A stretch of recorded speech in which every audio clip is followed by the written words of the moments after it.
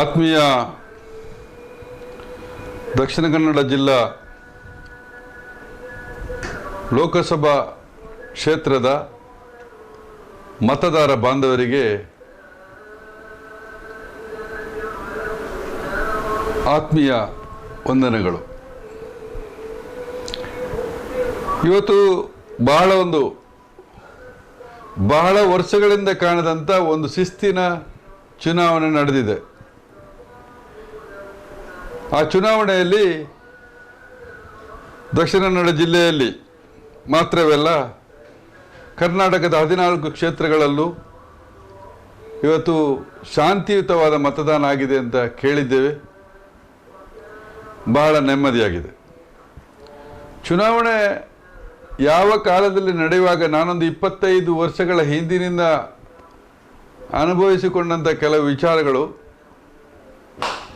ಚುನಾವಣೆಯ ದಿವಸ ಎಲ್ಲರಿಗೊಂದು ಆತಂಕ, ಭಯ, ಜೊತೆಗೆ ಸಂತೋಷ ಇದೆಲ್ಲ ಬರ್ತಿತ್ತು. ಕಾರಣ ಇಷ್ಟೇ, ಚುನಾವಣೆಯ ದಿವಸ ಅಲ್ಲಲ್ಲಿ ಗುಂಪು ಘರ್ಷಣೆಗಳು,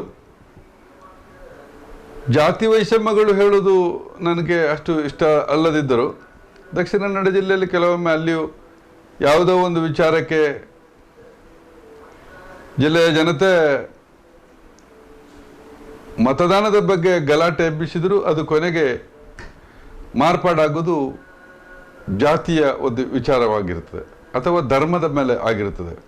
ಆದರೆ ಇವತ್ತು ಮತದಾನ ಭಾಳ ಚಂದದಿಂದ, ಶಿಸ್ತಿನಿಂದ, ಒಳ್ಳೆಯ ರೀತಿಯಲ್ಲಿ ನಡೆದಿದೆ. ಅದಕ್ಕೆ ಕಾರಣಕರ್ತರು ಒಂದನೇದಾಗಿ ನಾನು ಹೇಳಿದರೆ ಈ ದಕ್ಷಿಣ ಕನ್ನಡ ಜಿಲ್ಲೆಯ ಪೊಲೀಸ್ ಸಿಬ್ಬಂದಿ ವರ್ಗದವರಿಗೂ, ಪೊಲೀಸ್ ಅಧಿಕಾರಿಗಳಿಗೂ, ಪೊಲೀಸಿನ ಎಲ್ಲ ಕಾರ್ಯತತ್ಪರತೆಯಲ್ಲಿರುವಂಥ ವ್ಯಕ್ತಿಗಳಿಗೆ, ಜೊತೆಗೆ ಚುನಾವಣಾ ಅಧಿಕಾರಿಗಳಿಗೆ, ಚುನಾವಣಾ ಸಿಬ್ಬಂದಿಗಳಿಗೆ ಒಳ್ಳೆಯ ರೀತಿಯಲ್ಲಿ ಎಲ್ಲರೊಂದಿಗೂ ನಾನು ಇವತ್ತು ಬೆಳಗಿನಿಂದ ಸಾಧಾರಣ 4 ಗಂಟೆವರೆಗೆ ಇಲ್ಲಿ ನಿಲ್ಲಲಿಲ್ಲ.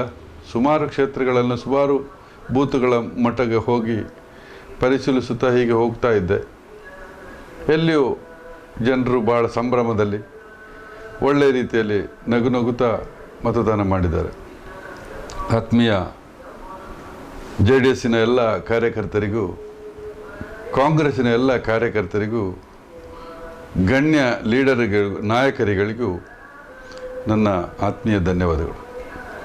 ಇವತ್ತಿಗೆ ಕೇಳಿದ ಪ್ರಕಾರ, ಈಗ ನಾನು ತಿಳ್ಕೊಂಡ ಪ್ರಕಾರ 72% ಮತದಾನ ಆಗಿದೆ ಎಂಬುದ ಒಂದು ಮಾಹಿತಿ ಸಿಕ್ಕಿದೆ.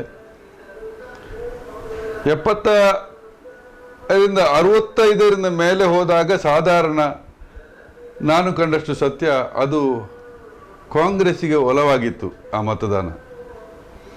ಯಾವಾಗ 65ರಿಂದ ಕೆಳಗೆ ಬರುವಾಗ ಇನ್ನೊಂದು ಪಕ್ಷಕ್ಕೆ ಒಲವಾಗಿತ್ತು.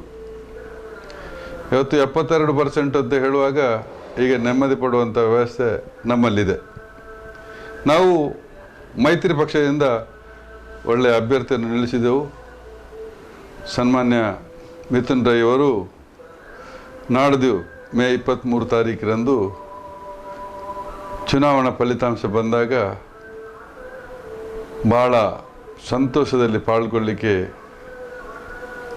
ಇವತ್ತು ನಾನು ಅಡ್ವಾನ್ಸ್ ಆಗಿ ಸಂತೋಷ ಪಡೋಣ ಅಂತ ಹೇಳ್ತಾ ಇದ್ದೇನೆ.